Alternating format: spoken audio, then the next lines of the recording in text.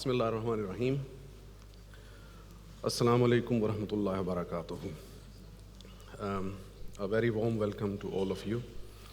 It's a great pleasure for me to be here with you this morning on the second day of this great summit, in our hometown, our lovely hometown. So I welcome you all. So starting the day with the first session, first of all,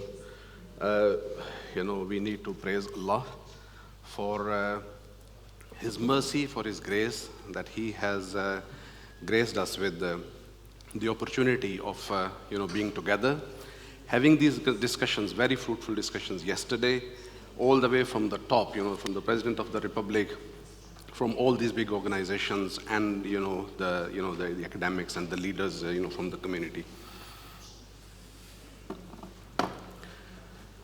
Praise be also on our beloved Prophet sallallahu alaihi wasallam, for his mercy that he has brought to us in form of our deen, and the revelations and everything that he has communicated to us, and the role model that he has provided.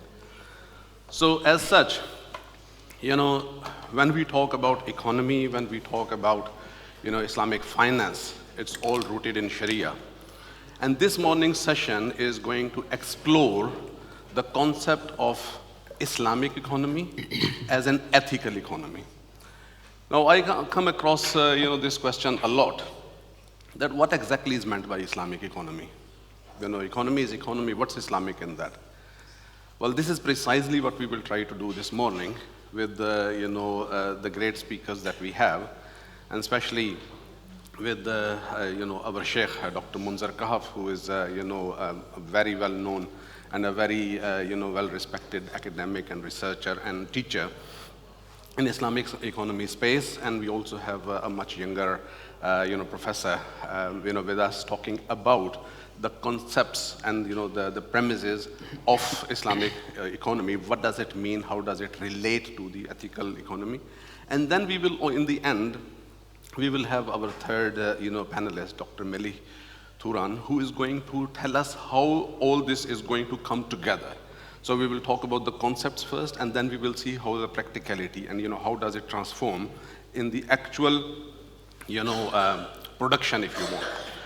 So starting with that, I think I will ask first of all Dr. Isa Yilmaz to present your paper, and I think you have a presentation. So let me introduce Dr. Isa Yilmaz.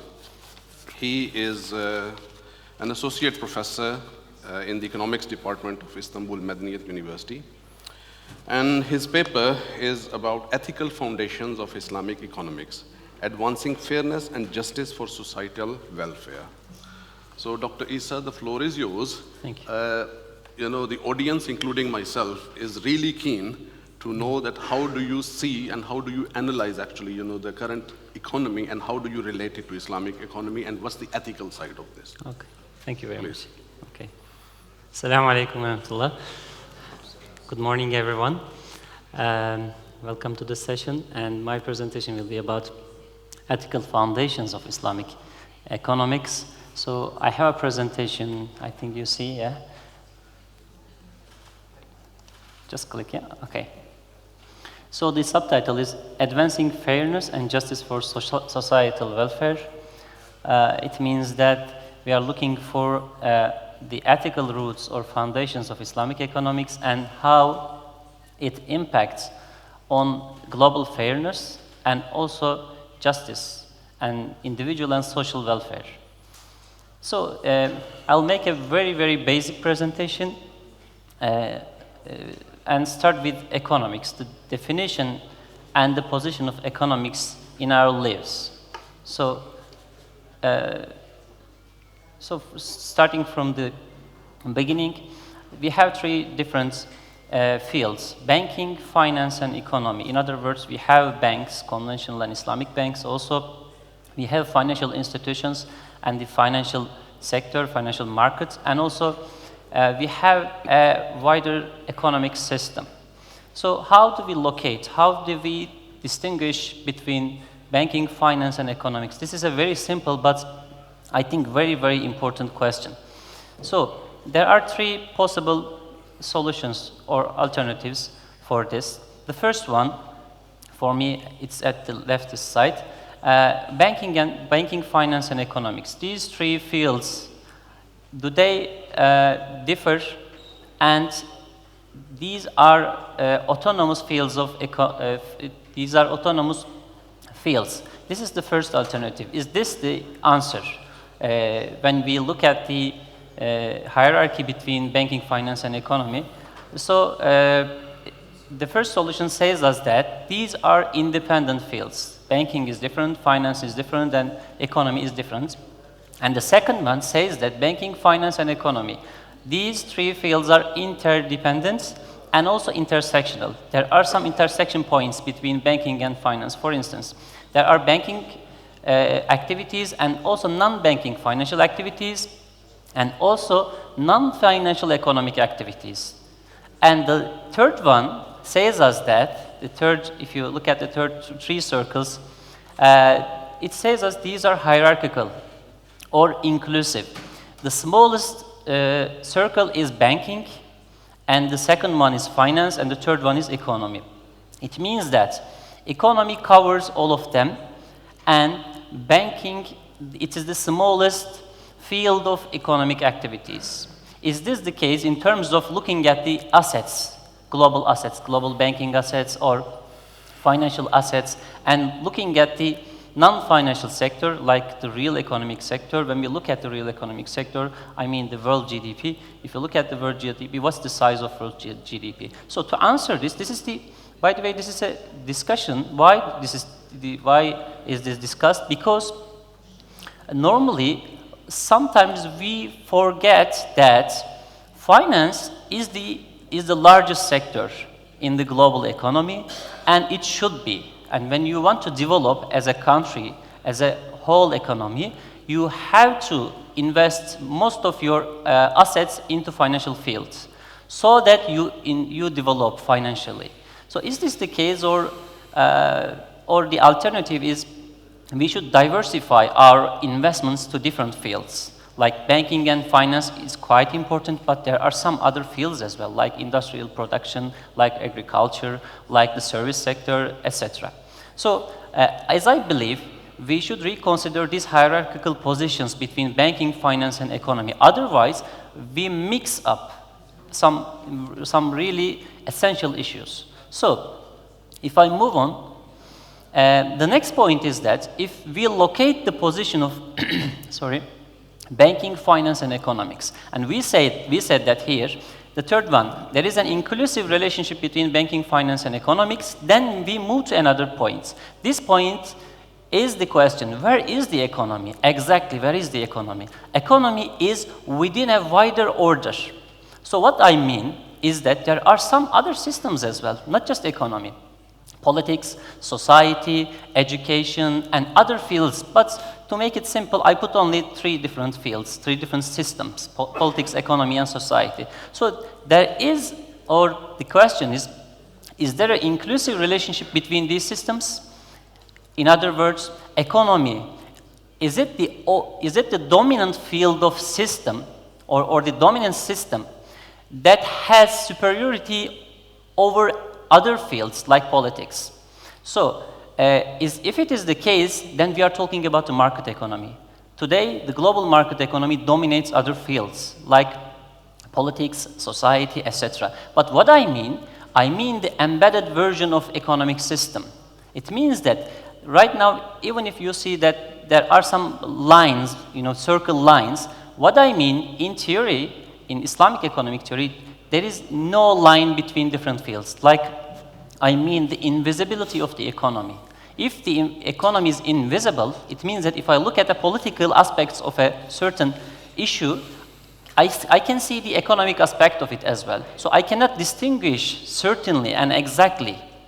So this is what I mean. So the order determines how each economic system or political and other systems operate each other. This is the order. If we are talking about capitalist order, this is not, by the way, I mean that there is a strict distinction between capitalist, socialist, and Islamic economic system. There are some intersection points, but in general, I'm speaking that your choice for an order, I mean the ontological and epistemological roots of a thinking, determines how you operate things, like in economy. So in an Islamic, in a capitalist order, the fields or the systems determine how each institution is operated. So this is very important. But if we are talking about an Islamic order, this politics, economy, and society, these three or more different areas and systems, you know, they are not autonomous. They don't have any dominance over other systems. This is very important. So, the order, what I mean with order, is the totality of several systems. In an order, there are several systems. They integrated together. Through what? Through the ethical bonds, through the bond of ethical relationships. So, in other words, it means that the interaction between politics, economy, and society, all of them are integrated each other through the bond of ethical relationship. So you can say that in a capitalist economic system, it's a value-free economic system, so there is no value. You cannot think about, you cannot specify a certain ethical system. So this is value-free. How come it can, you know, integrate into each other, different systems, through an ethical system? I can say that normally they say that it's a value-free science, but in fact it's a value-loaded system. And the ethical roots, you can see, the neoclassical system is a utilitarian ethics. So, accept or not, when you go to the university, undergraduate study, they teach the basic economics. They teach you that the marginal utility and marginal cost, the intersection point that you produce, isn't it? So, this is the utilitarian ethics. So, in an Islamic economic system, we are discussing what kind of ethical system we should adopt to integrate each system, not just the dominance of economics over other systems, all other systems, what is the coordination between themselves? So we should propose a certain ethical alternative to capitalist system. So the political economy, just to mention briefly, is the framework. This is the framework. If we are talking about an Islamic or capitalist or other political economic system, political economy means it's a framework through which relationships between individuals, society, market, and state are settled. What is the relationship between markets and society, and states, and other, you know, stakeholders? The study of these areas is called political economy, and we have market economy and moral economy. It seems like, you know, contradicting each other. Market economies or moral economies, which one we should adopt as Islamic economic system?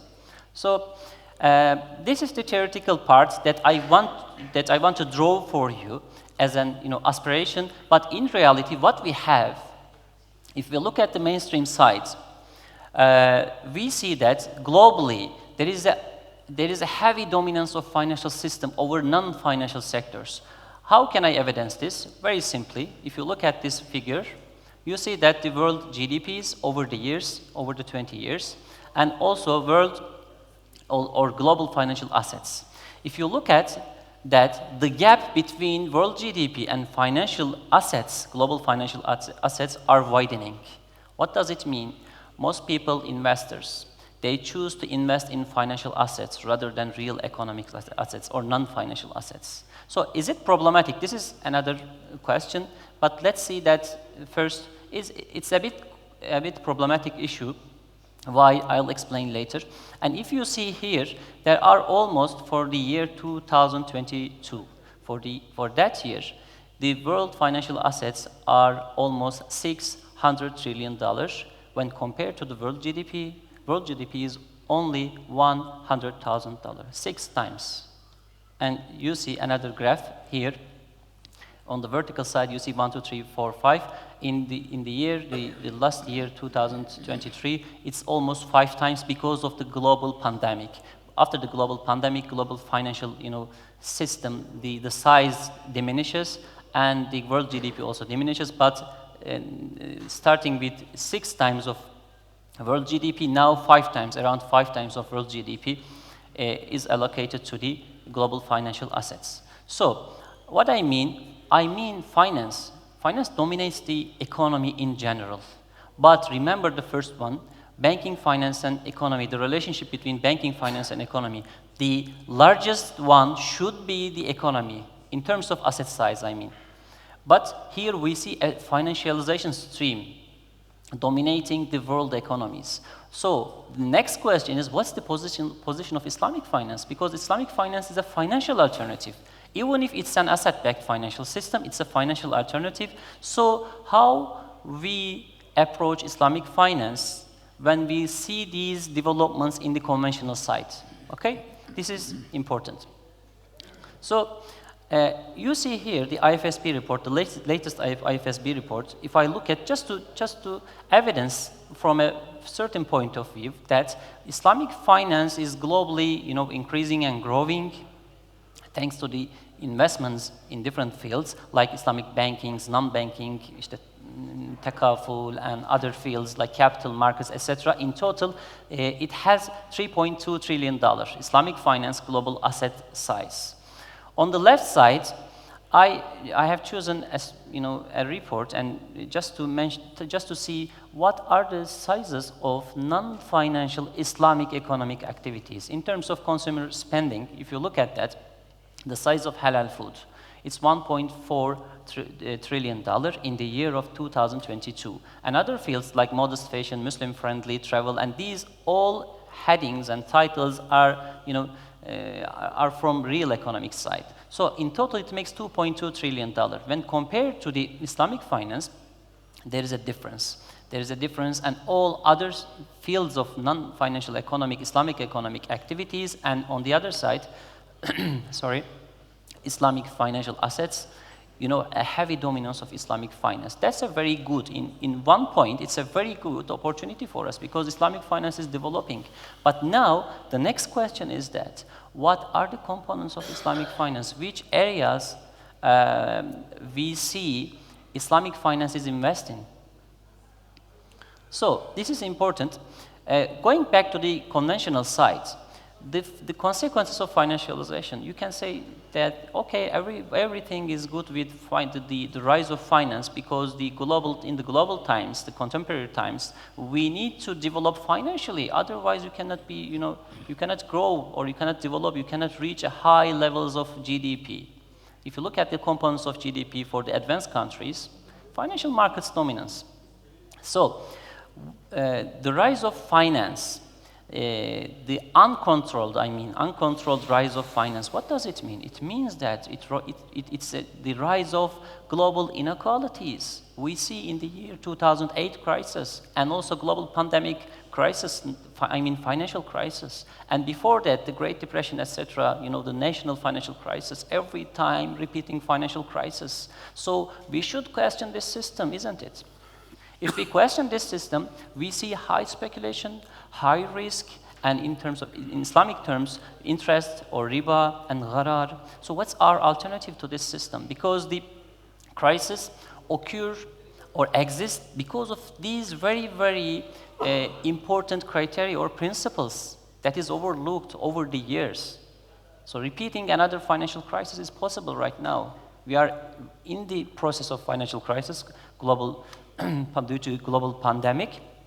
So we should offer an alternative different from the conventional side, conventional financial system.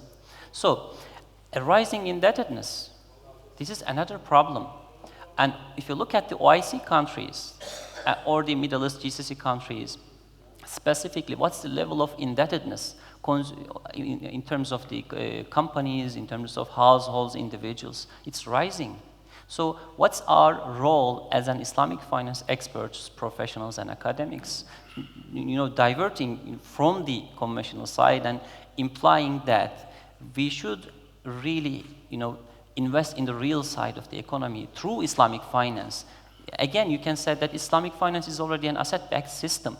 So there is no delinking from economy and finance. This is another discussion, and I'll leave this point to the discussion. So another point is environmental crisis, social and financial crisis. these are the very well-known problems. All of you know, I guess. What is the suggestion? What is the policy against these problems? The first one, the global policies, SDGs, and as Islamic finance industry, most of the Islamic finance experts, they directly accept these goals, SDGs. Yes, no poverty, no hunger, etc. But how can we implement? This is the point. Yes, these are the problem detections, but how can we how can we implement on it? This is not just an economic issue. This is also political issue and also societal issue. So this is a very, very important issue. And also CSR issues, ESGs and social impact finance, green finance, these are all suggestions and global policies to remedy the problems of global financial system. So Islamic finance here, I think it's more than 10 minutes, then I'll stop right now. Islamic finance, has a great promise because looking back its originals, the aspirations of Islamic economic system suggest a specific Islamic finance system which is ethical. Ethical values are embedded within the economic system. So we shouldn't expect a global financial crisis if we follow our criteria and principles. So it meets, the basic ethical principles, and it offers success in terms of, the transactional development and also transformational development. We want to transform something which is problematic, something, in the financial field which is very toxic. Too many toxic assets, in the global finance. How can we transform or leave them all and suggest another financial system? Islamic finance has a great opportunity for us. For more than 50 years, it has, I think right now, it has at the crossroads. If Islamic finance will converge towards conventional finance and become a hybrid, outcome of it, or it will diverge from the conventional financial system and will offer an authentic alternative, because we are in search of suggesting a meaning or finding a meaning for a new finance. And this finance is a participatory finance. So that's very important. And it's also responsible finance. So there are some other issues in Islamic, I think all of you know, is in Islamic financial system, there is an accountability to God, to Allah. And also, we do not seek only for profit, not just profit, but also more than profit, sharing, a sharing economy understanding, and we should propose then business ethics. Otherwise, it's not possible to reach authenticity. So, moving from this point, as you see here, most of the Islamic financial products today, they are Sharia compliant. That some controversial contracts are, accepting these, contracts. Most of them Sharia compliant. Now it's time to move from Sharia compliance to Sharia base. So that's very important task of us. And there are some stakeholders in the field, not just Islamic finance experts. And also there are the academia, in which we are doing some works and studies, and research and development, training, and CSR. So this is the ecosystem of Islamic finance. We need to do collaboration to each other so that we gain authenticity. So I think it's enough. That's the end of the presentation, and I open to the discussions. Thank Okay, you. Thank you. Thank you very much.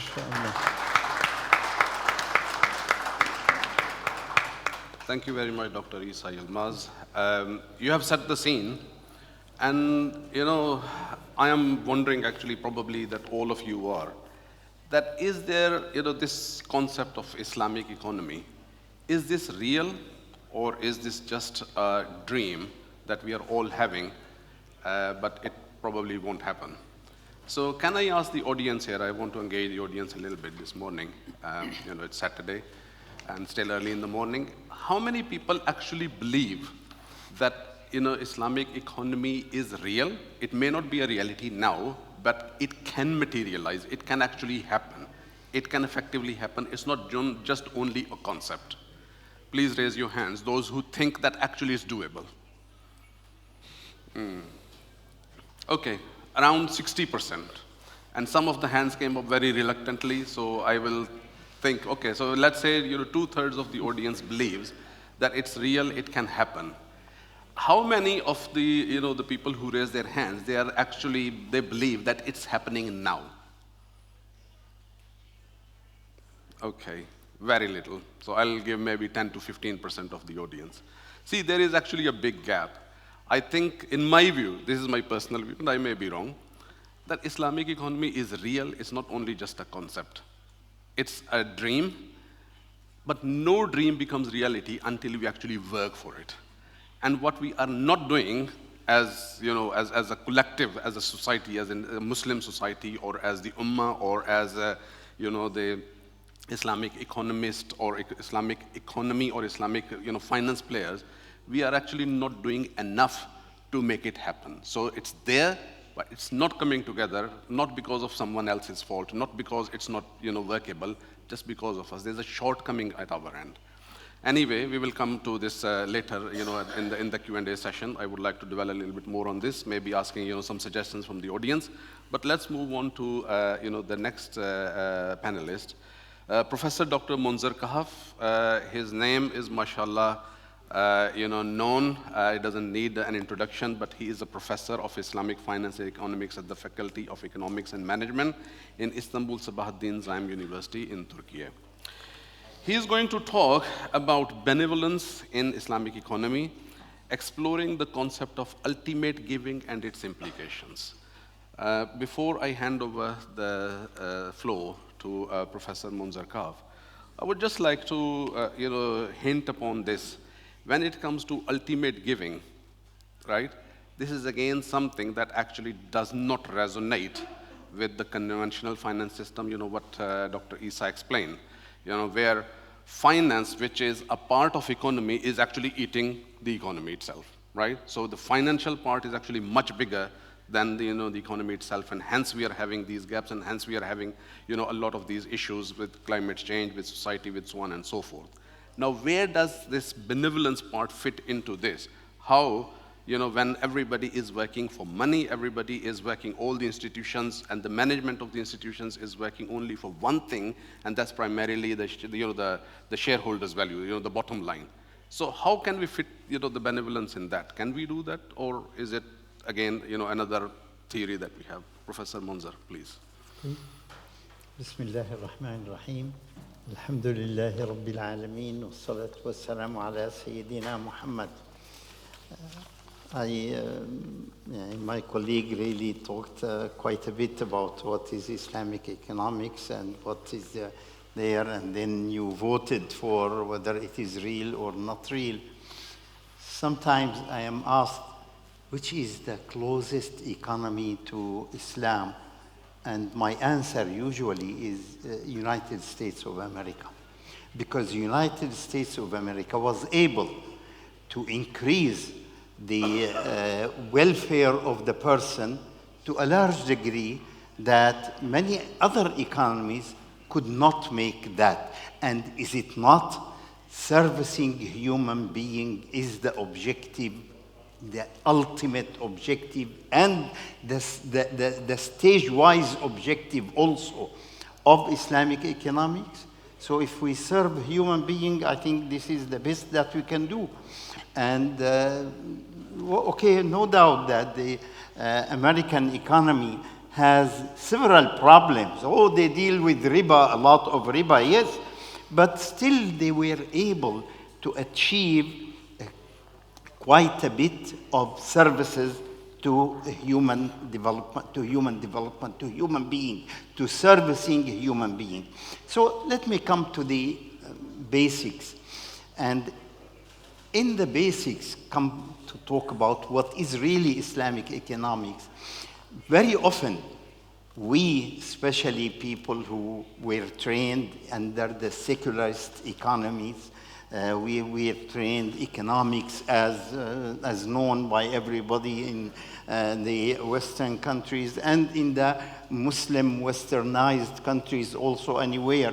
This is the way economics is taught generally in all universities. So those people of us who are trained this way very often don't feel able to go back to the fundamentals of Islamic economics, and where do we get it from? I like to begin with the verse in the Quran, إِنَّ اللَّهَ يَأْمُرُ بِالْعَدْلِ وَالْإِحْسَانِ. And notice al-adl wal-ihsan. Aren't these are the fundamental two pillars of Islamic economics? So when we say Islamic economics, it has to be based on al-adl, and it has to have a sizable effort also of ihsan. So when we look at it that way, then I think we can probably look at some changes in our mentality, in our thinking, that we need to reconsider really a few things. Let me take my notes, because I don't know where did they go. Okay. Okay. Well, the Islamic economics then, why should the finance be in it of a great size? And while really the finance is not what services a human being. You are not going to eat finance or wear finance or live in a finance. Definitely, then the servicing a human being is the main objective of the Islamic economy, and this should be based on adl. For instance, when we apply al-adl wal-ihsan, don't we see that Islamic finance should be then based on the principle of ownership, owning assets that generate added value? And if you don't own an asset that generates added value, then you are not entitled to any increment. How would you claim increment if you own assets that do not generate added value? That is in finance, but is it not the same thing also in the theory of production and in the theory of consumption? Isn't ownership is the fundamental principle on which production stands and also consumption stands? Now, this is perhaps one of the reasons why our fiqh says, when it talks about an aspect of ihsan, that is the ihsan in zakah, through zakah, that they say zakah should be based on ownership in two ways. Ownership, that is zakah, is on your property that you own, and also ownership in a sense that when you distribute zakah to the poor and needy, they should become owners of the zakah. The thing that is given to them. And without becoming owners of the things that is given to them, you would not have discharged of your zakah. That means that we really need to look at where the adl stands. Is it not a principle of adl that you earn by owning, and if you don't own, you are not qualified to earn? Of course, we are talking about finance here. But so it is a principle of adl. But if you own, remember that there are the other part of ihsan, that the society must also be based, in addition to adl, on ihsan. That is your property. It's interesting, really, to think of the implication that this is really a God-owned property, not yours, and that it is, in fact, God gave it to you. And it is even a beggar stands in the street of any city in the Muslim land and say, min malillah, give me from what God gave you. So the idea of being owned by you requires fulfilling the other aspect of it. And this other aspect of it is equally important. It is not less important than the production itself. It is the generation of added value. It is equally important that when it comes to what you own, there is a right of others in your property. And let's notice that Islam is the only, call it ideology, I don't know, we like to say it only religion, but ideology that requires or that establishes that there is a right in the property of the rich for the poor and needy, for the others. There is a right, and this right must be completely given. Even if it were that you become less richer and become less wealthy, that right to the poor, they own, in fact, part of that property.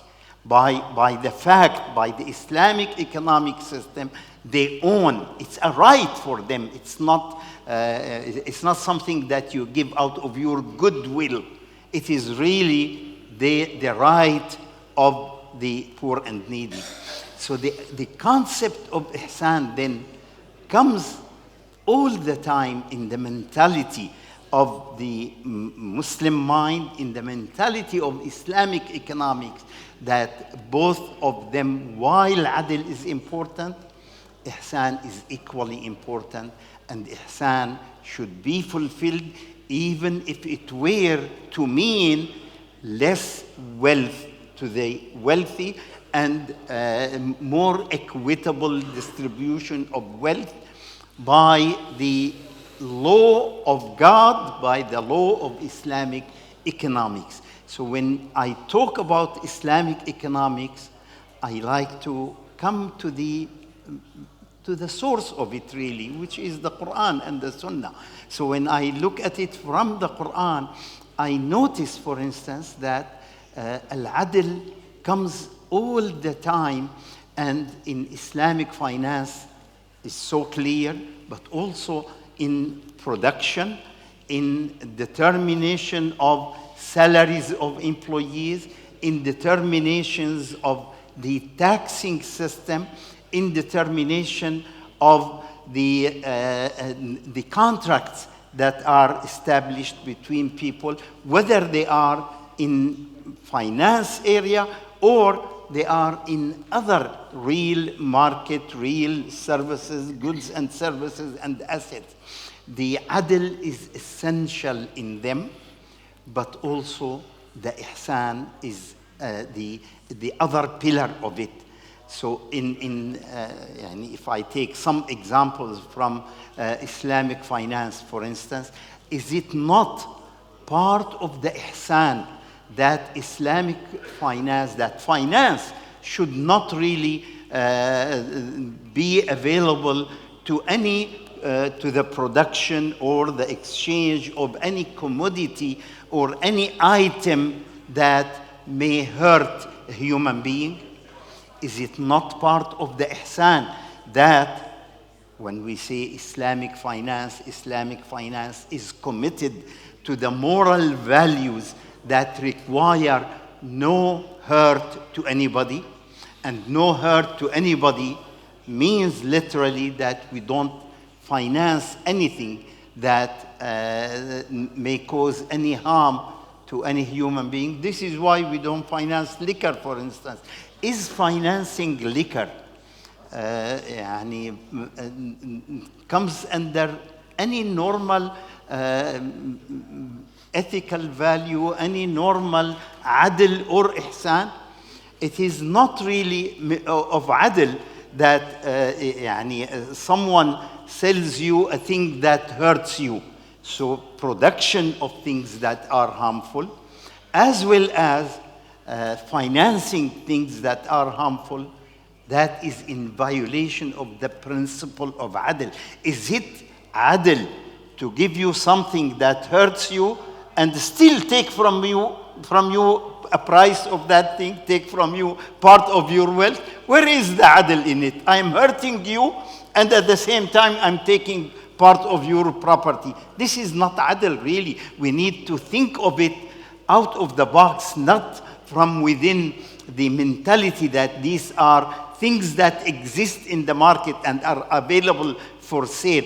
They shouldn't be really available for sale, and they shouldn't be available for finance. So from the point of view of adl, notice here we make the ihsan, because preventing the production and the financing of things that hurt human beings, whether in their body or in their society or in their environment.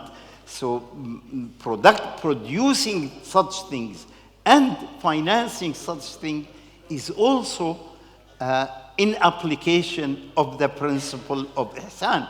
While it is based on adl, but it is at the same time, it is ihsan. So producing things that benefit human being and making research for things that benefit a human being, isn't that part of the ihsan also? This is why I would say the economy that produces more of the actual goods and services that serve a human being is a more Islamic economic applied in reality than an economy that does not produce more of things that benefit a human being. That whether quantitatively or qualitatively, both ways, they fall under the adl and ihsan together. I hope I made my idea clear, and that I was able to pass it on to you. So the adl and ihsan in the Islamic economic thinking are so much intermingled together that they cannot be separated by any way. And they are in reality also intermingled together in the human life of any human being, regardless of religion and all other differences between us. Thank you very much. Walhamdulillahi Rabbil Alameen. Jazakallah khair, ya Sheikh. Thank you so much for this wonderful piece of wisdom on adl and ihsan. And sometimes I feel actually that this is a very big dilemma that the people involved in Islamic economy and especially Islamic finance are facing almost on a daily basis. What I mean by that is that the shareholders of the financial institutions, the management of the financial institutions, and even the of course the employees and the customers of Islamic financial institutions, they always have this dilemma that there is an opportunity there to make money, right? Maybe by extending finance or taking finance, and so on, making an investment and so on, there is an opportunity to make money. There is an opportunity to create financial value from there. But this dilemma that what Sheikh Munzar Kaf said, this dilemma that shall we do it or shall we? Should I be part of this? Am I actually doing something good for the humanity, for the world, or am I actually causing harm to other people? And despite having this opportunity, foregoing this opportunity, having the opportunity but foregoing it in the name of Allah, that is something that's extremely virtuous. And this is a point I think that most of the time gets ignored because we always concentrate on the, this never-ending debate of, it's all about contracts and, whether, the agreement is musharaka or murabaha or ijara or whatever. Yes, that is also important. But there is a very, very important aspect that needs to be always borne in mind, that when a depositor makes the deposit in an Islamic financial institution with the intention of keeping their deposit in a Sharia compliant way, when the investment manager of a financial institution makes a decision about an investment in a project on the basis of okay, I have 2 projects, I can make more money, I can have a higher return from here, I can earn a bigger bonus from here. But I'm not going to do that because this is actually not adl, this is causing zulm, this is causing harm to people. So instead I will go to the other project which is lower return, which is better for people. I will accept that. Even I don't meet my target and I miss my bonus, I will still do that. This is something that's extremely virtuous, and even the shareholder of the financial institution, if they accept that, okay, their return is probably less than if they invested in a conventional institution, this is something that really needs to be appreciated, that really needs to be celebrated. And we hope, inshallah, that this is something that is rewarded in this world and the hereafter by the Almighty. And we all have this spirit, and this spirit needs to be applied more into our daily life, not only in finances, but in the overall economic activities. Now let's go to the the next panelist, and this is Dr.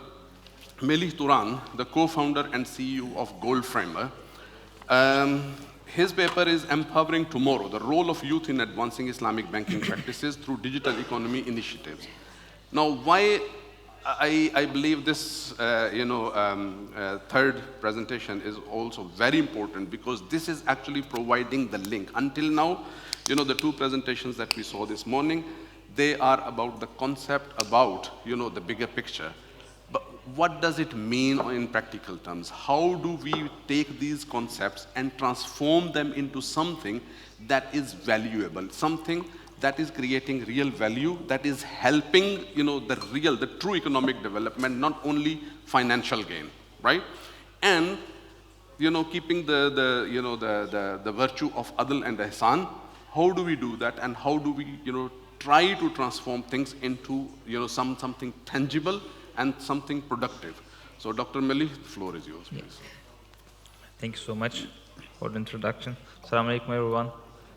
This is Melih Turan. I am the founder and CEO of Goldframer. Actually, I'm very happy to be here as an old employee of AlBaraka Turk, and such a good event and brilliant event of AlBaraka Forum. Can you please share my slide on the screen? Would be great. Okay, thank you so much.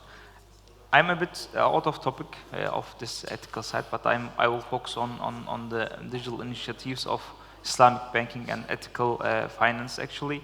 And I will speak on Empowering Tomorrow, the role of youth in advancing Islamic banking practices through digital economy initiatives, actually. I will firstly focus on the fintech revolution. We have to know the fintech revolution to understand the Islamic fintech and Islamic finance innovations and in terms of digital transformation. And then I will talk about the effect of young entrepreneurs in Islamic finance and some recommendations for empowering tomorrow for Islamic economy. Firstly, we have to understand the fintech and the fintech revolution, actually. In the Turkish dictionary, we have a definition of fintech, and it's called, an organization or product that offers financial services using innovative, complementary, and accelerating business models and digital technologies. So the key thing is here the fintech should be a financial service. The fintech should serve in financial service is a business model of innovative, complementary, and accelerating, and to use digital technologies. And if you look from different side of fintech, sometimes the fintech is understanding about, like, it's just cryptocurrency, it's just blockchain, but I'm differentiating the fintech and decentralized finance. There are incumbent financial ecosystem, like big banks, this big banks, Goldman Sachs, JP Morgan, Standard Chartered, and insurance companies. These are the incumbent financial ecosystem. And what differentiates fintechs from this incumbent financial ecosystem is the first one is the fintech. The term fintech is, of course, it's financial technology, the short term of financial technology, but the fintech and the centralized finance is a bit different. The centralized finance is focusing mainly on blockchain, mainly on cryptocurrencies, but fintech is directly related to the incumbent financial system. They work with the incumbent financials, they work with banks, they work with insurance companies, but the DeFi, the centralized finance industry, doesn't work mainly with the incumbent financial system. So I differentiate the fintech and DeFi, and I call fintech that are working with incumbent financial ecosystem. And if you look from a broader perspective, what is fintech? If you unbundle a bank, this is a bank website actually, you see a bank website in the middle, and if you unbundle the fintech website, you can see that the financial services that has been served by a bank are unique business models. For example, there are some home financing, insurance, investment services, but all the brands that you see are on this bank website are focusing on just one business model in terms of financial services. And they are serving this business model just in a digital way. And this differentiates the fintech and bank.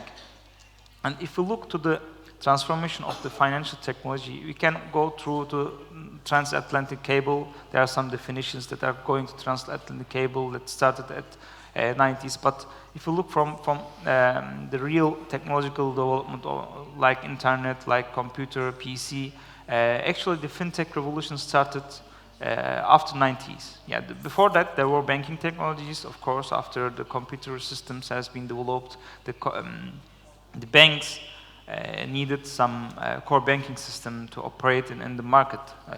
There were some software companies focused on banking technologies, but what we call fintech, which are focusing, apart from the banks, on different business models. It started at the 90s with the development of the internet. And the first and the well-known example of this area is PayPal. It's a leading example at the moment. Of course, there will be some local fintechs as well in different areas, but the well-known and the prominent fintech was PayPal at the end of the 90s. Then there came some different mobile payments like M-Pesa, Zopa, and then came the big companies like Amazon and Apple, Google. They have created their own financial services related to their core business models. And then after the global financial crisis, the Bitcoin revolution came, the blockchain revolution came, and it developed, it encouraged the ecosystem to work apart from the banking system.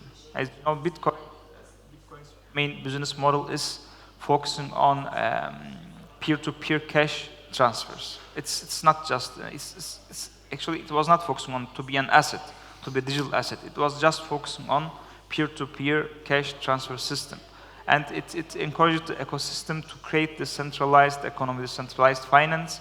And after the mobile app revolution, mobile phone revolution, after Apple's iPhone and the Android software, the fintech has been growth fastly, because the applications enable people to use financial services at their phone. So after 2015, many investments, many banks and new business model emerged in the market, and like MasterCard and Visa, they have also created their own solutions. And if you look from the categorical side, we can see that the fintech is in general term. We cannot say that this, as you saw in the definition, there are some innovative, accelerating, and complementary business models. If you say this is a bank, it's okay. But if you say this is a fintech, it's not okay, because the fintech could be infrastructure, the fintech could be an orchestration product, and the fintech could be an app. So if we differentiate from the category side, you can see that there is an infrastructure layer where you can see just softwares, you can use core banking system. There's an orchestration layer where you can see some business models like open banking services, identification, and gateways, and etc. And at the end layer, you can see that these applications are just for end users. And these are some examples of the application layer, like payments. You can see PayPal, Payoneer, and digital banking, credits, capital markets, and insurance. There are lots of well-known fintechs in the world. Of course, these are conventional fintechs. Now, we can understand the Islamic fintech innovation after knowing the fintech revolution. Actually, If you look to the past, we can see that, of course, with the evolution of the digital technologies, the first IT companies focusing on Islamic financial institution emerged in the MENA region, and they are now living. ITS is part of Kuwait Finance House, and now it's developing mainly core banking solutions. Actually, PAD Solutions was also a core banking solution for banks, but it has been acquired from another fintech company. These are the first examples. That, of course, there were also different companies in the world, like in Turkey. In Turkey, AlBaraka has also developed its first core banking system at 80s and 90s. It was called Albos. But if you look from today, and we can see that the Islamic fintech market has been growing very well, and today it's about $130 billion, about $130 billion, and it shows that many countries, many industries are focusing on Islamic financial technologies, and it has been expected in a couple of years it will be doubled, and it will be $300 billion. If we look to the countries, you can see that, of course, Saudi Arabia and Iran, they are ruled by Sharia, so the market is just focusing on Sharia-compliant financial technologies. They are the biggest market, and then comes the South Asian countries like Malaysia, Indonesia, and of course in the MENA and in GCC there are also some good examples. But if we look to the Islamic FinTech index, and the Malaysia is leading the industry, all the market is not so big like Saudi Arabia and Iran.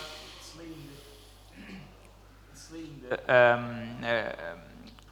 the way of financial technologies, and we can see this in this index, non-OIC countries like UK, like the United States, like Switzerland. There are lots of countries, non-Muslim countries, who have a higher index in terms of Islamic fintech than Muslim countries. And this table shows that we have the Islamic fintech industry. The Islamic banks could not serve in non-Muslim countries. So it enables Islamic fintech to serve Muslims in that countries. And if you look to the size if you look to the numbers of the fintech now, it's about 400. If you remember yesterday, they mentioned about Islamic banks in the world. It was about 600. And the total Islamic financial institutions in the world is about 1,500. So of course, this list is not just Islamic fintechs. Actually, there are also some Sharia-compliant solutions who are not just focusing on Islamic finance, but the number of Islamic fintechs are increasing, and I think in 5 or 10 years they will be more than Islamic banks in the world and more than other Islamic financial institutions. So if we look from the youth perspective, actually, like Mr. Yunus explained, the ICYF and their focus on the youth, on OIC countries, and if we look from this perspective, how the young people, young entrepreneurs affected the Islamic finance industry, we can see that mainly, not all, but mainly fintech companies has been established by young entrepreneurs, and most of them are not, they don't have any Islamic finance experience. They have finance experience, but they don't have any Islamic finance experience. And to give some examples, for example, Tabi is a Saudi company, and it's the first unicorn in the world, an Islamic fintech unicorn. We call unicorn as a $1 billion company in the internet ecosystem, in the startup ecosystem. And Tabi is the first Islamic fintech unicorn in the world, and it showed that an Islamic fintech can be a unicorn, can be a good startup, can be a big startup. And these are young people, and they have affected the financing ecosystem in Saudi Arabia, and they want to also expand to the region. If you look from the decentralized finance side, although there are some debates on the decentralized finance side in terms of Sharia compliance, but there are many projects, there are many products that are emerging in just in DeFi, not focusing on conventional financial services. And Marhaba DeFi is one of leading examples and prominent examples, and it's also has been established by young entrepreneur.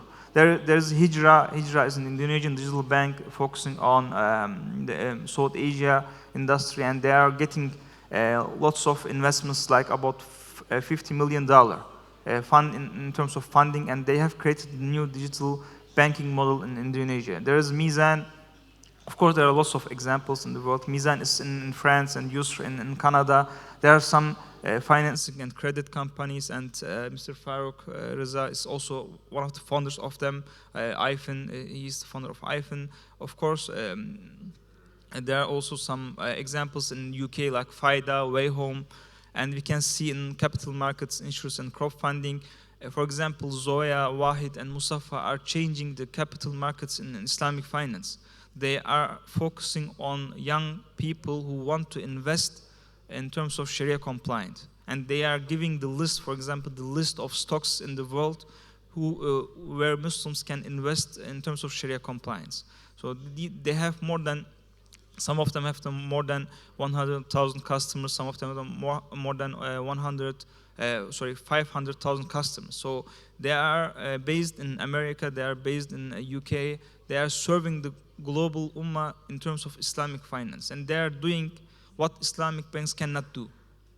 And this is very, very important because, for example, a young Muslim wants to invest in stock, but he cannot invest in from France, from Germany to Turkish stocks, to US stocks. He doesn't know if it's Sharia compliant or not. And these kind of facilitating financial services, Islamic financial services, helps people to invest in Sharia compliant funds, ETFs, and stocks. There are also some insurance companies focusing on, it's called also InsurTech and startup ecosystem, like digital takaful solutions like Payday Takaful, Ouch, and there are also some crowdfunding platforms. These are also established by young people. LaunchCode is one of the leading crowdfunding platforms, and they have more than 1 million donors. Can you imagine $1 million? No, none of the Islamic banks have 1 million customers in the world. So they have a global outreach to young Muslims and who want to donate in Islamic campaigns and charities. And Etis is also one of the first examples of crowdfunding in terms of property, prop tech and property crowdfunding, real estate crowdfunding.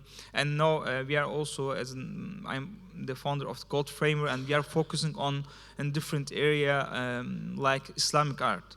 We are enabling to invest people in Islamic art fractionally, and this enables a new asset-backed security, an asset-backed token, and it's the first of its kind. And yeah, this is the main thing, and I just want to focus on this. Yeah, what encouraged me to be an entrepreneur as a young people. I was previously working at AlBaraka Turk, and I was a part of AlBaraka Garage in a startup accelerating center. I was part of entrepreneurship center in AlBaraka. And at that time, the managers of AlBaraka, Mr. Melik Shah Utku, Mr. Malik Bey, Mr. Temel Bey, Mr. Turgut Bey, and they encouraged people the employees in terms of entrepreneurship.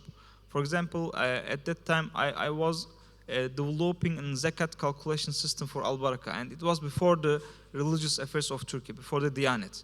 And such attempts in Islamic banks helps people to be an entrepreneur, to be an entrepreneur and create some good digital products for the Islamic economy. And the key thing here is what could Islamic economic institutions, Islamic financial institutions can focus, the managers can focus on fintech, on Islamic fintech. There are lots of opportunities. And for example, there's banking as a service model, business model. We were the first team at AlBaraka to have created the first digital Islamic bank in Germany. It's called Insha, maybe you know, and it was based on banking as a service model. It wasn't brave attempt of AlBaraka Turk, although it's not live at the moment, but it was an attempt to change the Islamic financial innovation. It encouraged many people to create Islamic fintechs, actually. There is an open banking industry, embedded finance, and in the embedded finance area, like what's doing Mr. Farooq at IFIN, you can easily integrate to Islamic banks and to create your own startup. You don't need to get a banking license. You don't need to get an insurance license. You just have, you need just to have this entrepreneurial mindset and to create collaborations, to create partnerships with banks. And now, some Islamic fintechs are emerging with partnership of Islamic banks.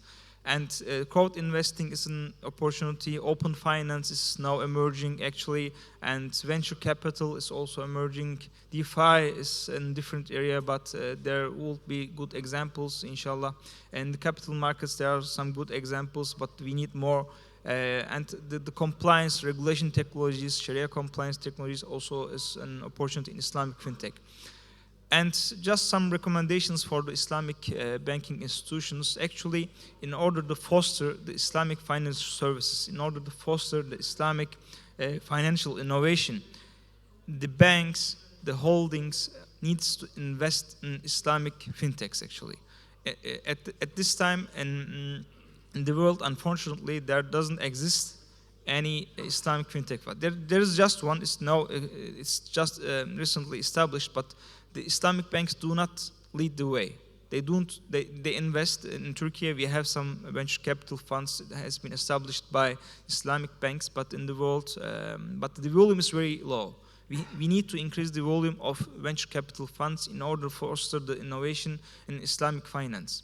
And DeFi is also a new area, and Islamic banks should consider to do some good projects in this area in terms of digital assets, in terms of exchange. Unfortunately, there are debates. We didn't solve the Sharia compliance problem, but we have to be eager to solve this debate, actually. And we have to focus on creating new initiatives on decentralized finance, because it enables us to serve an Islamic financial service regardless of country, regardless of regulation. For example, some tokenization projects helps Islamic banks, Islamic financial institutions to let people invest from abroad. If you want to invest in Sukuk from Turkey, you cannot invest mainly to the Malaysian Sukuk capital markets. But this kind of DeFi applications helps to broad the financial services.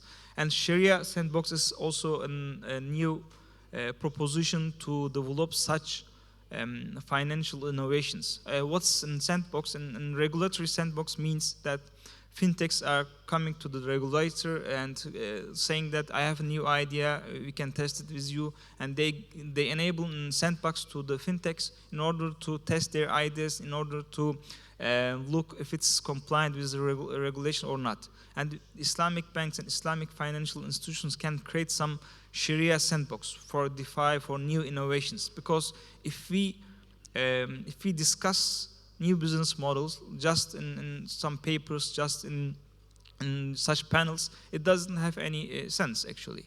We have to discuss these products in the real industry, in the front of the regulator.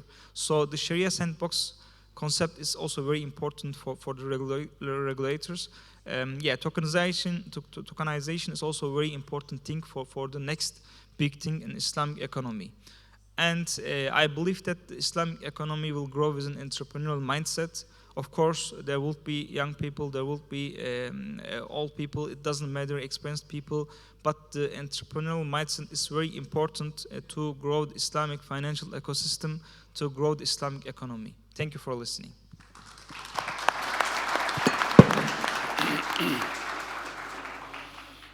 Thank you very much, Dr. Meli. Your concept of Sharia sandbox, I think, is very interesting. And, I think it really needs to be taken forward by, different players. I don't know exactly where to locate it, but I think this is very important for encouraging, the young entrepreneurs to, set up businesses that are Sharia compliant, are actually contributing to the economic development of, the country and the nation, and also, Sharia compliant. So yeah, this is, I think, a very good idea. And it was also very pleasing for me to see two of, the fintechs where I have been a co-founder on your list as well. So thank you for that. Okay, having heard from all three panelists, and now, mashallah, we have a house full. I would like to open the floor for the questions from the audience. So we have the first hand. If we can give a mic to the gentleman, please, over there. Is there a microphone for the audience, please?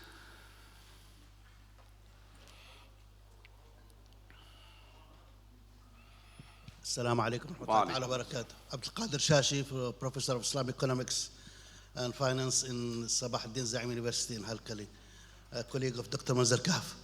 My question is for Professor Mazarkaf. He reminded us of a verse that every leader or every imam of a mosque, everyone in the world, they reminded us at the end of their khutbah, إن الله يأمر بالعدل والإحسان.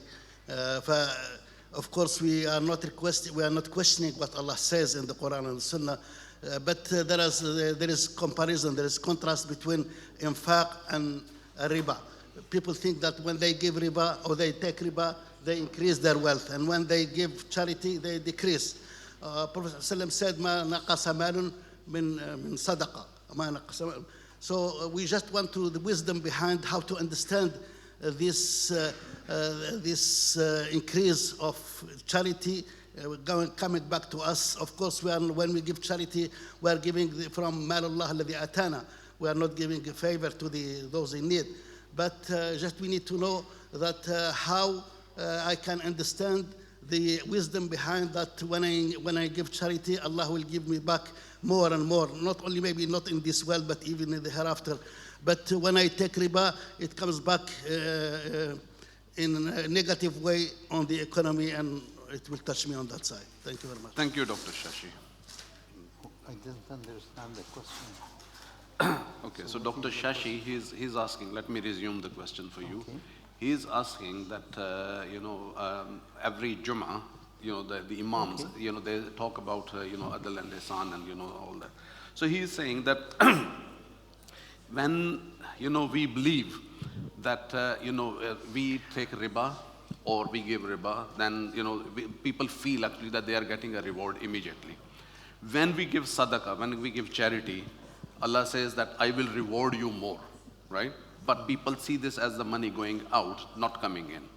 So how can we, convince ourselves, or how can we feel actually that, it's going to help us in this dunya and in akhirah by foregoing riba, because Allah has forbidden it, and by doing more charity, because Allah has promised to give us more in this world and the hereafter. The issue of riba is an issue of justice. You are taking from the other person's property without giving anything really, because in riba it's a debt, and the debt does not generate any added value. And if it doesn't generate added value, by what reason you can claim an added value? In fact, there is no added value produced by the debt to start with. And if there is any added value generated in the hands of the borrower, it is that added value is his, because it was his property that grew. It was his property that created the added value, and definitely he deserves it. The lender doesn't deserve any part of it, because the lender owns a debt, doesn't own the lira, for instance, that were given as loans. With the moment they are given as loans, they are owned by the other. These physical liras are owned by the borrower. So there is no added value. The claim is in violation of justice. The claim of riba is in violation of justice. Now, giving sadaqah, and I don't mind, even if it were, you are required to pay the right of the others, even if that means your wealth will decline. And let it decline. Who said it shouldn't be declined? It is okay to decline. God gave a promise. God will fulfill his promise, either in this life or in the afterlife. It's irrelevant to providing or giving the right of the other. If it is right of the other, then it should be given, regardless of whether this reduces your wealth or does not reduce it. In the issue of interest, you are taking a thing that was not even generated. You are not taking really an increment, because your property does not create increment. A debt does not create an increment. Yani, real production may create increment, but you are not part of the real production. The creditor is not part of the real production. Thank you. Thank you, Sheikh Munzar.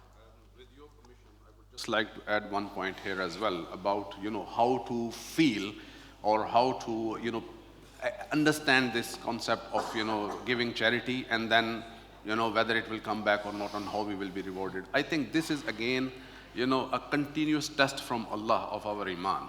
Yani, if we believe that Allah is the one who is the creator and the one who is the sustainer, and He is the Lord of all dominions, and He is capable of doing, whatever He wants. So then we are actually putting trust in Him, and we are saying, okay, I have this property, as Sheikh Munzar said, I have this property, I give this property away, by my own will, in, putting my trust, in Allah, hoping and, believing that inshallah, He will reward me as He promised, This is actually a faith in having Allah's promise. And this is a test for us. So if we pass this test, then by no means, it can happen that, we don't get the reward. And the reward is, again, reward cannot be always monetary. The reward can be monetary or non-monetary. Only Allah knows how will we get the reward, and it will be much bigger. This is our, test of faith. And if we pass this, test, inshallah, I think it will be great. But it's not easy, and, it is a little bit challenging, but this is the test. I think. This may mean that only believers in Allah and believers in the Day of Judgment who will give charity. But we know in reality that everybody gives charity. Yani even the atheists, even all kind of people give charity. So this is part of the human being, the human feeling. It is part of being a human, is to give charity. But our Islamic economics emphasized it a lot more by making it a right. I mean, you have to pay taxes, even if that reduces your wealth. And you have to pay the right of the others, even if that means reduces your wealth. What is the problem? It is part of your human duties that you live in a society. The taxpayer or the tax collector will not tell you, oh, I am going to give you an addition later. You pay the tax anyway, even if it means that you have to, that reduces your property. It is right of the poor. It's not yours. In fact, it is under your hand, but it belongs to the other guy. And not giving it is violation, again, of the principle of justice. Thank you, Sheikh Munzar. Microphone, please, here. Can I? Okay. Actually, I don't have a question, but my comments. Renat is Zakatab, Islamic Finance Literacy Platform. So I would like to share my experience. My second degree is in Islamic finance. So a couple of years ago, I wanted to start a crowdfunding platform for agro projects in Kazakhstan. So I talked to farmers, I conducted survey among the public, and found out that there is very low literacy rate among people. And this is not only case in Kazakhstan, but later I talked with UK-based consultancy firm, and who provide consultancies to governments on building ecosystem. And they said that this is a problem everywhere in every country. So there is very low literacy rate in Islamic finance. So I also talked potential investors, and they are from conventional sectors actually. And they said there is no difference between Islamic and current practices. I mean, in terms not of philosophy, but in current practices. So they don't see any difference because sell and buy back things, they don't see any differences. And later I decided to focus on Islamic finance literacy project, which I had. And I started as a base, I took AFE standards. I wanted to develop a larger project which could be applicable in every world. I mean, multi-language hub, which will have the same information. Of course, there is information on the internet, but it's very scattered, and there is no trustworthy information. So I started to approaching potential investors who would invest into my project. And when you approach through cold email, it's okay. But when you talk in person, they give much more information. And I approached one big investor working in Islamic finance sector, and he said, if your project would be like Bitcoin, I would invest you, but I'm sorry, you know.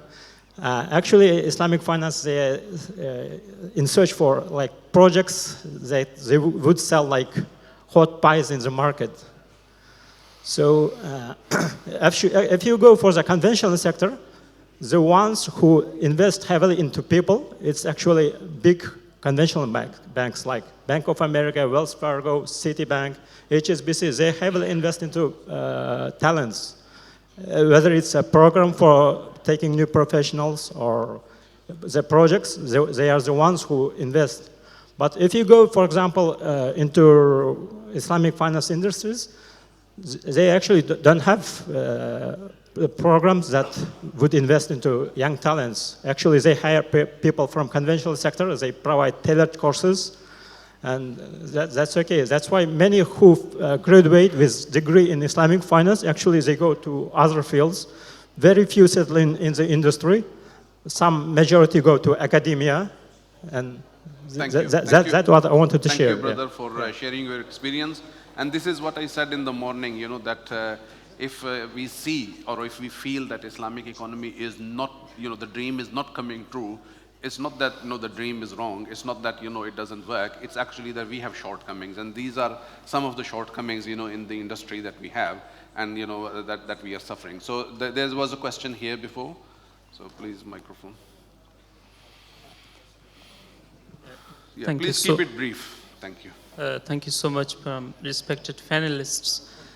My question is from Dr. Isa Yalmas. You provided a very insightful information about the Islamic moral issues.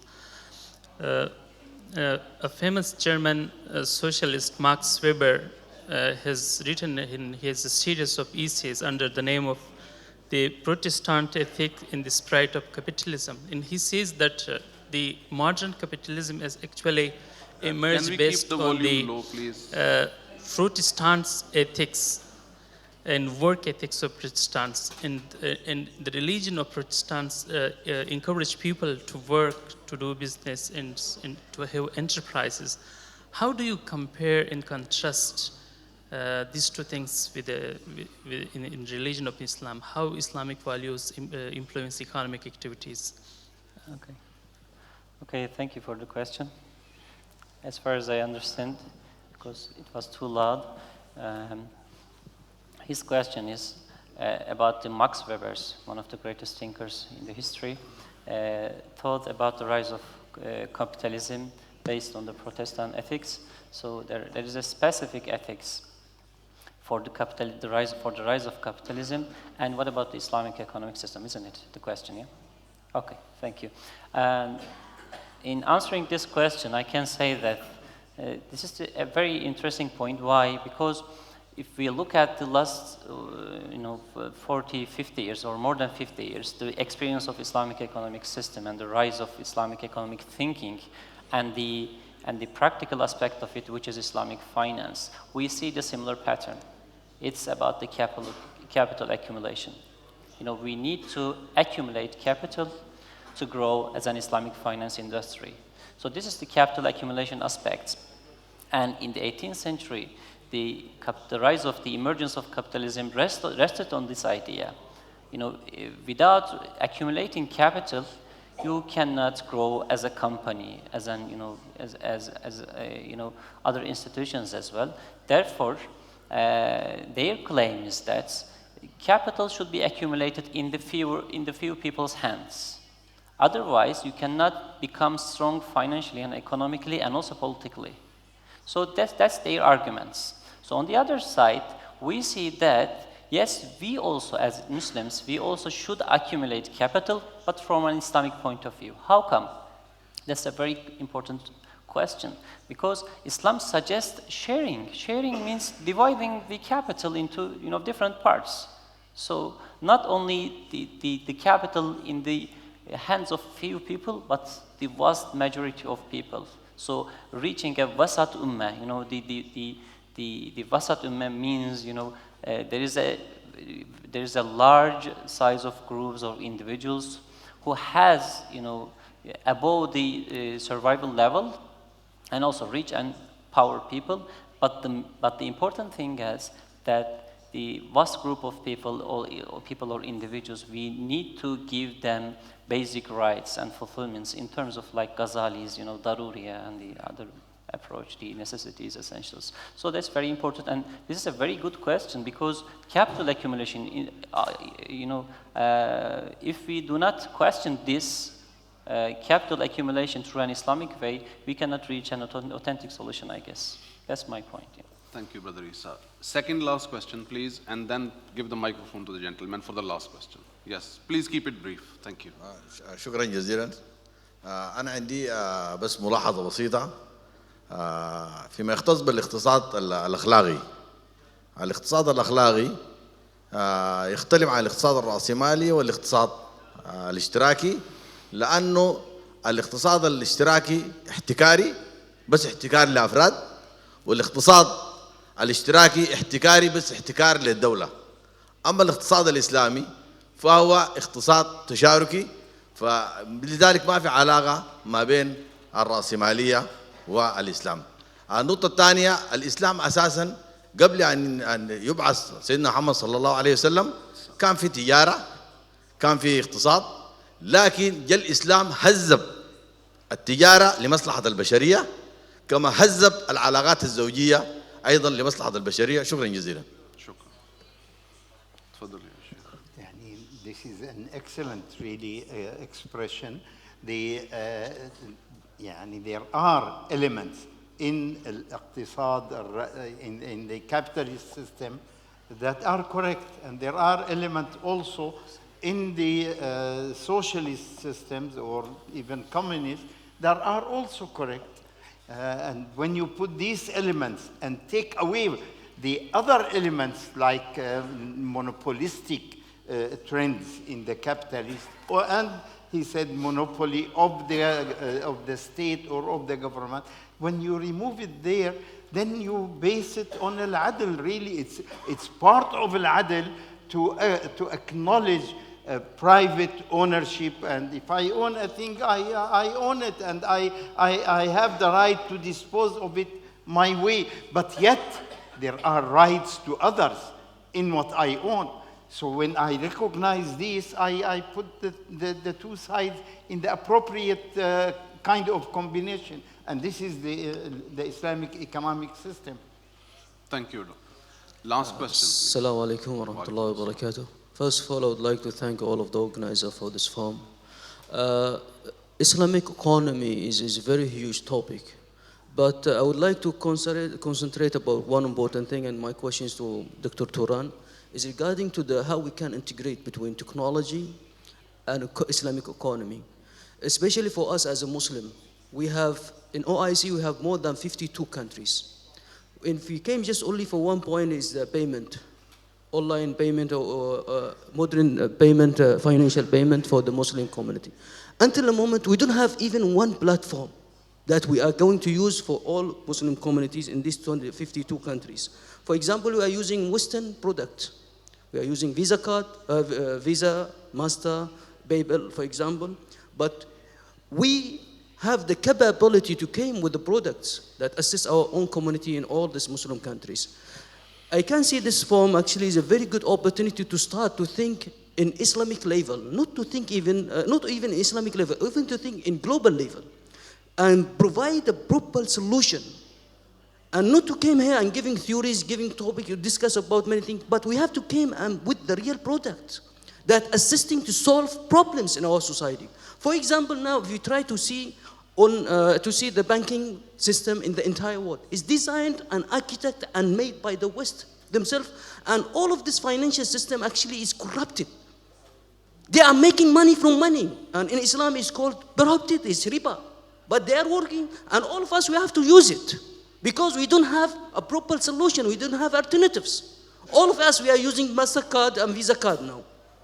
But we as a Muslim, did we provide alternative for our own people to use it? And you said, okay, then it is haram for you to use, because we have another solution. My own question, it is, did we have the capability, especially we have a full support from the top administration of this country, which actually it's not provide from any experience before, that the government openly ask you, provide for us solution, give us alternatives. Because when we see how Muslim, there's a country, like the population for the Muslim is 1.7, it's big market. So how we can, it's just only in for example, for the payment platform. And also another thing, we have a lot of issues when we discuss about the Islamic economy, but I just try to focus about what Mr. Turan mentioned, because in Turkey now they have a TOPI platform, it is a good solution, but unfortunately it's only in Turkey. Did we have the ability to upgrade it to become an Islamic level, for example, for the online payment platform, and this is, it's actually a lot of things, and thank you very much for this opportunity. Thank you, brother, for raising a very, very important point. I cannot agree more with you. Dr. Malik, please, within 30 seconds, if you can answer. Actually, very good point you have addressed. This is a problem, for example, in Launchwood, as I mentioned, in the crowdfunding platform.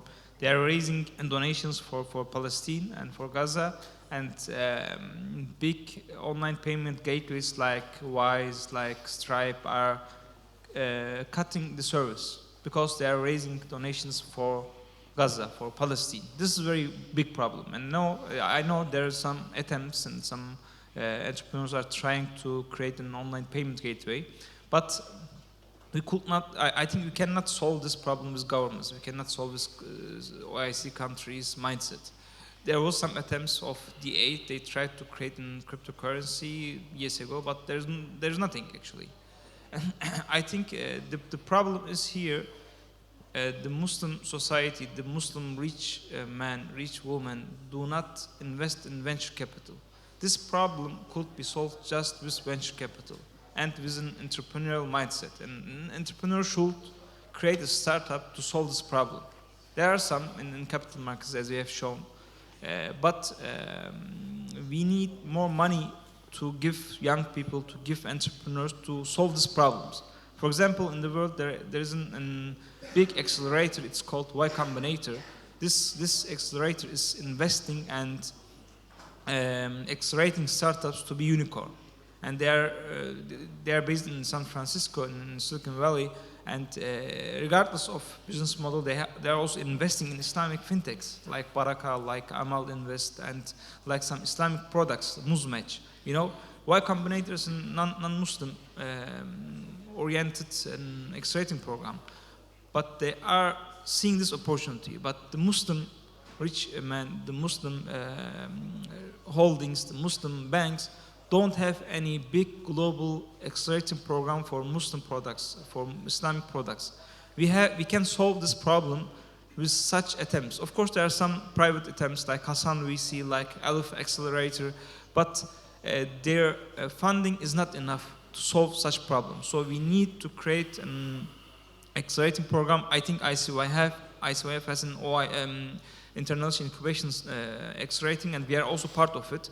But this is just an accelerator, and holding companies, Islamic banks, should invest such accelerating programs and should invest such venture capital funds in order to solve this problem. There exists an institution, but the funding should be more. So we can solve this problem with kind of venture capital funds and entrepreneurs, I think. Yeah. Thank you, Brother Mali. Thank you. Thank you very much. We have been asked, by the organizers to close the session. I'm so sorry that we cannot take any more questions. I know that, there is a lot of excitement in the room, but, the panelists are, I think, available for most of the day, so please feel free to approach them, during the day. Just one small, I think, closing note. What you see on the stage can only happen in Istanbul. This is one of the, having a cat stepping in again and again on a live conference stage. I think this is something very unique and to Istanbul. Well, I would like to thank the audience first of all for your patience, for your engagement, and for a very good discussion. I would like to thank all the panelists for the wonderful perspective that you have presented. Starting all the way from the conceptualization to the realization of the concept of Islamic economy. And I would also like to thank AlBaraka Forum and the organizers and the sponsors of this event.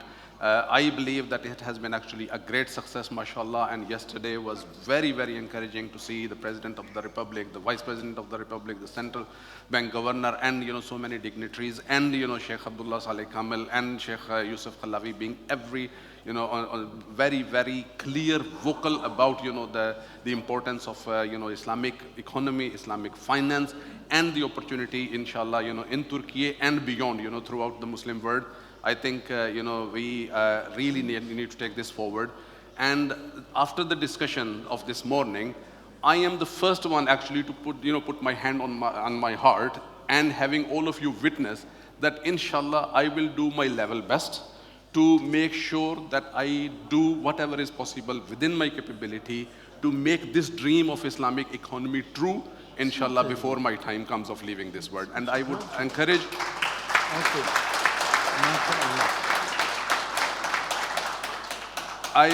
I would humbly encourage all of you to please make the same niyyah, please make the same intention, and put your efforts behind it. We are the people who will make this dream a reality, no one else. And I'm sure that together we can do it, inshallah. Assalamu alaikum. Thank you.